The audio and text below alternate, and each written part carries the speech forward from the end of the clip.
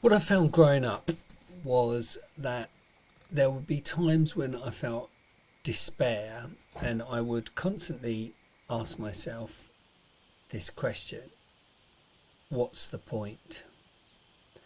It could be related to what's the point in life, what's the point in me trying, what's the point in me being who I am, what's the point in me having to exist. Quite negative, you know, quite negative questioning and despairing, really. And I think with despair, and if you're a young child, you don't really know where to go with it, because people would tend to be busy. So the answers that they would give, if you did approach them, would be, "Oh, come on, you can just get on with it, and you'll find who you are. Or they'll tell you that it'll be okay in the future. If you keep doing what you're doing, it'll all come together." But in those moments when you're sort of feeling that, it's very, I suppose you just feel so desolate. And when you feel desolate, it's such it's a real sort of fuel, really, for low self-esteem, self-worth, and that's when you sort of like start thinking about, this is too difficult.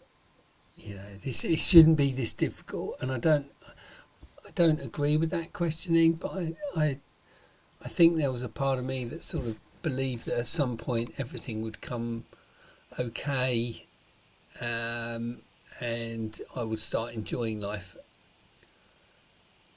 And of course it didn't. I mean, I did have moments, but overall I was just riddled with anxiety all the time, and I had these moments of despair. And since I've grown up, and I mean that, I've grown up in age, but I've grown up emotionally as well, I realise that actually everyone sort of gets those, well, most people question sometimes stuff, or at least people that I know, maybe that's probably fair. And I think when you've got hindsight, you can easily sit there and say, well, I survived, I found ways. But I also believe that at the times when I really, really suffered, or I was suffering, somebody would come along, or something would happen, and somebody would say the right words. And some I do want to take some credit. I did survive myself. I found ways of,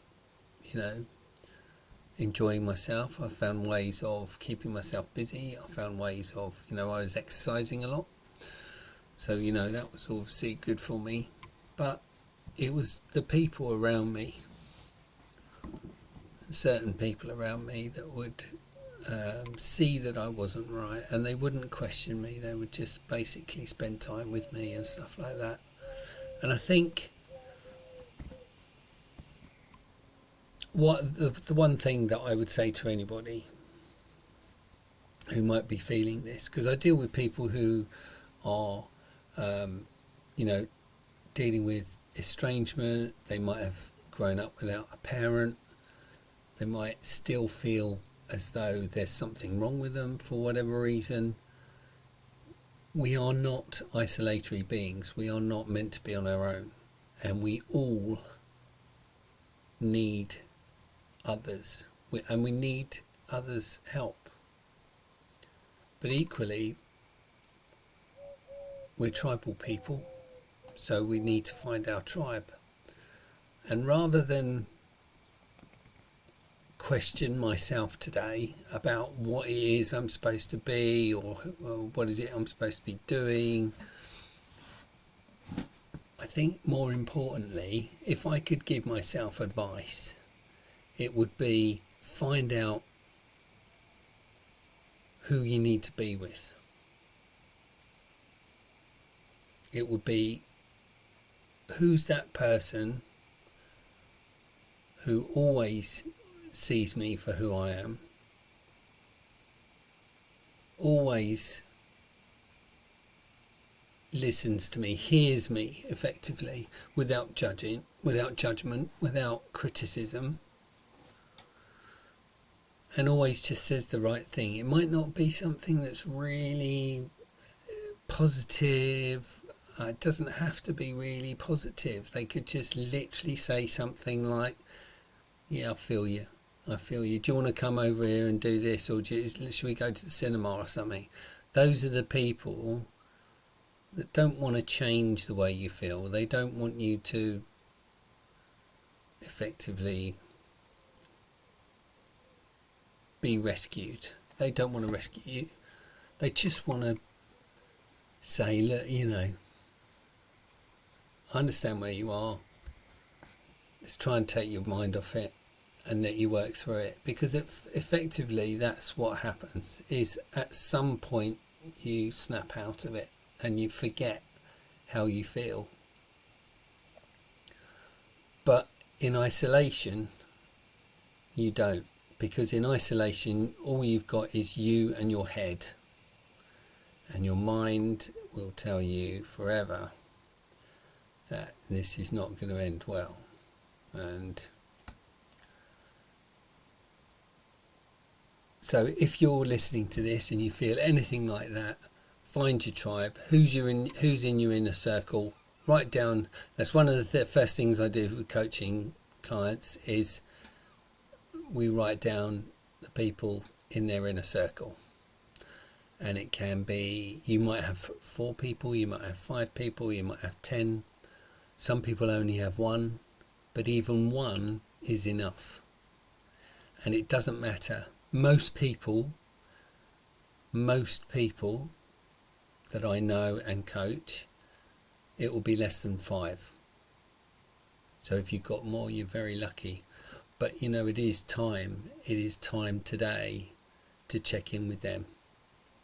Because sometimes what breaks us out of our own misery, our own issues, our own instability, is that we find ourselves helping somebody else. And when we do that, suddenly we're useful, and suddenly there's a purpose again.